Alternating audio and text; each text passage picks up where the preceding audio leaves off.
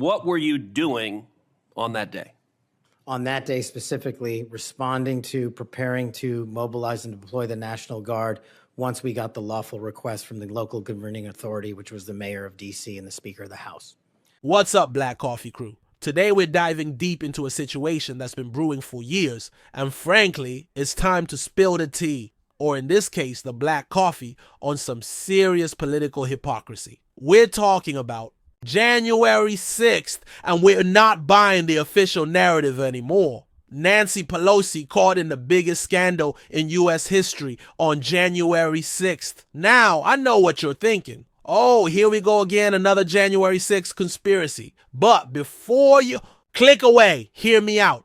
What if the accepted version of events isn't the full story? What if some key players had a different agenda than what they've been preaching to us for the past 4 years? Now, how many days in advance were you working to prepare the Department of Defense to help secure the Capitol on January 6th? Days in advance, Senator, we were in the Oval Office on an unrelated national security matter with the President of the United States, the Secretary of Defense, the Chairman of the Joint Chiefs of Staff, and myself.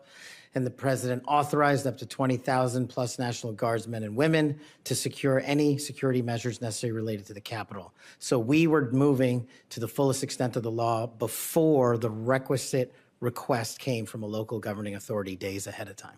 Let's talk about Nancy Pelosi. She's been at the center of the Democratic Party for decades and a vocal critic of, well, everything.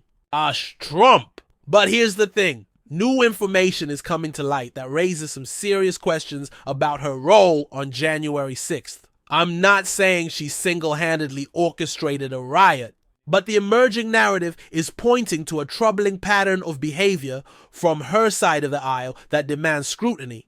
The National Guard offer. We need to address the fact that the Trump administration claims to have authorized the National Guard well in advance of January 6th. They say they were prepared to deploy up to 20,000 troops to secure the Capitol.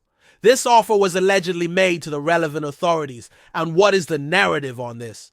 Repeated rejections. Trump's team allegedly made multiple offers of help in writing to the Capitol Police days before January 6th, but these offers were rejected. And who does the Sergeant-at-Arms report to? Nancy Pelosi.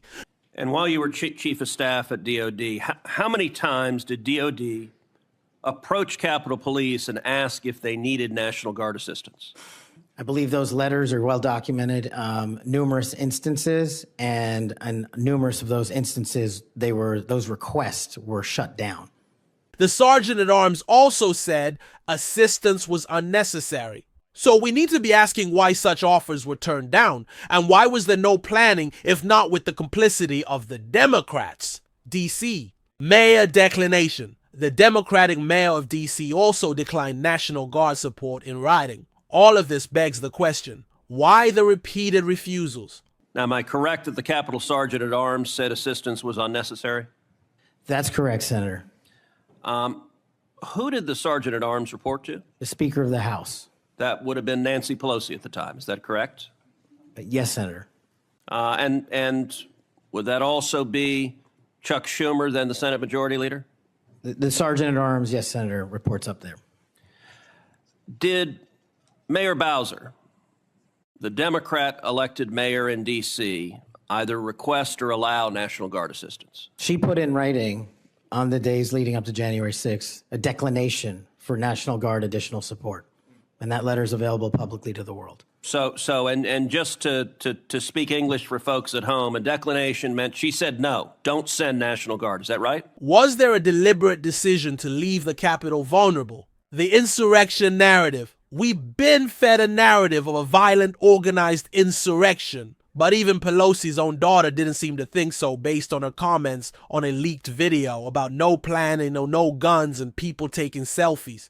If there was an insurrection, you were supposed to be in line, marching. You're in the military, you know right. this. No, that's you were supposed to have a plan. Exactly. It's called operations order. You sit down overnight with your soldiers. You go over. All right. You're going to go here. You're going to go in by this side. At this time, we're going to take over this. There's none of that. If it was an insurrection, it's the sorriest insurrection in the 20th, 21st century ever. No guns, no plan, people taking selfies. A guy smoking pot. I love the guy. Yeah, like for history. You're going to be able to laugh about this one day. So was this a legitimate insurrection or something else entirely? And more importantly, was it being framed that way for political gain, the 14th Amendment gambit? It seems that the Democrats' narrative around January 6th was conveniently weaponized to invoke the 14th Amendment to prevent Trump from holding office again.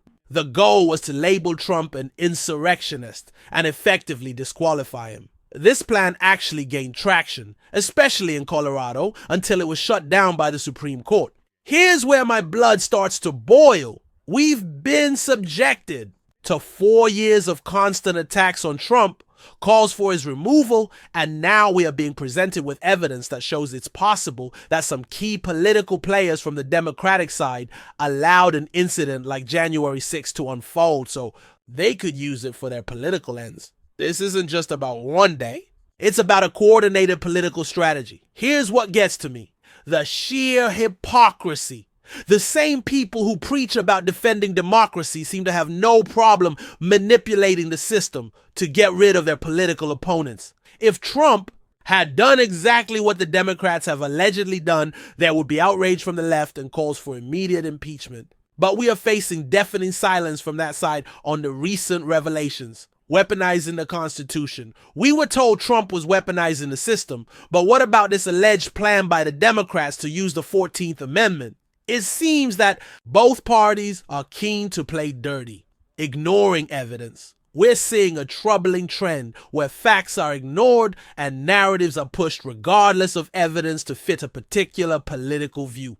Erosion of trust. It is actions like these that further erode trust in our political institutions. It is why more and more people are becoming disengaged from the political process, and that is a serious danger for democracy. I'm not here to defend any one person, but it's time to see the full picture, not the version that's being spoon-fed to us by the mainstream media. We need to hold every single politician to the same high standards. And right now, the Democrats aren't passing the smell test. So, what's the takeaway from all of this?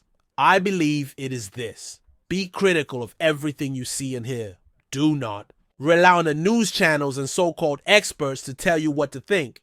Do your research and come to your own conclusions. The truth is out there, but it's up to us to seek it out. The political establishment on both sides is playing games with our trust and our democracy, and we, the people, should not tolerate it. We need to hold them all accountable and demand transparency. Let's start asking the tough questions. Let's demand the truth and stop accepting blatant hypocrisy. What are your thoughts? Let us know in the comments below. Thank you for joining me today. I would love to hear your thoughts on this. Drop a comment in the section below. And as always, stay caffeinated, stay informed, and stay critical. Until next time.